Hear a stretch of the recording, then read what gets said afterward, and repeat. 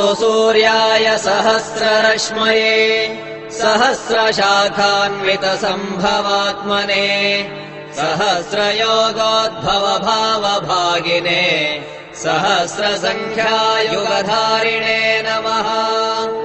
यन्मण्डलम् दीप्तिकरम् विशालम् रत्नप्रभम् तीव्रमनादिरूपम् दारिद्र्यदुःखक्षयकारणम् च पुनातु माम् तत्सवितुर्वरेण्यम्।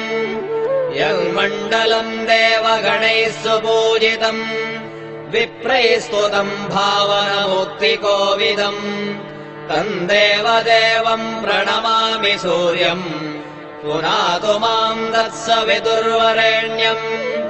यन्मण्डलम् ज्ञानघनम् त्वगम्यम् त्रैलोक्यपूज्यम् त्रिगुणात्मरूपम् समस्ततेजोमय दिव्यरूपम् पुनातु माम् तत्सवितुर्वरेण्यम्। यन्मण्डलम् गूढमतिप्रबोधम् धर्मस्य वृद्धिम् कुरुते जनानाम् यत्सर्वपापक्षयकारणम् च पुनातु माम् तत्सवितुर्वरेण्यम्। यन्मण्डलम् व्याधिविनाशरक्षम् यर्ग्यजुःसामसु सम्प्रगीतम् प्रकाशितम् येन च भूर्भुवः स्वः पुनातु माम् तत्सवितुर्वरेण्यम्।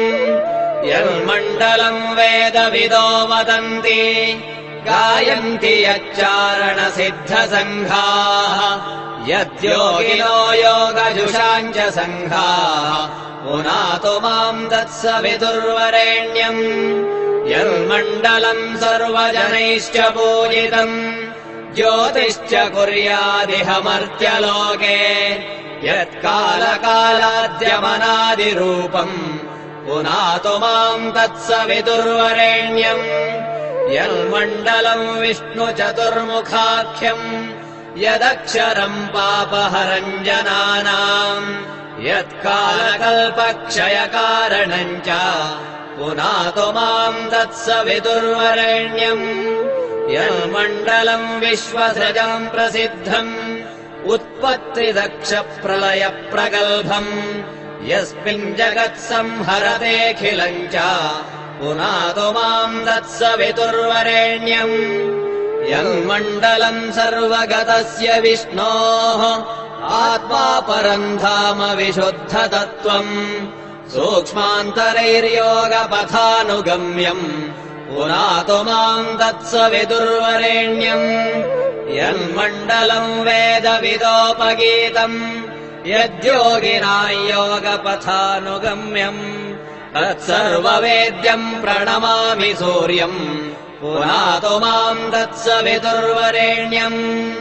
सूर्यमण्डलसुस्तोत्रम् यः पठेत् सततम् नरः सर्वपापविशुद्धात्मा सूर्यलोके महीयते। इति श्रीभविष्योत्तरपुराणे श्रीकृष्णार्जुनसंवादे सूर्यमण्डलस्तोत्रम्।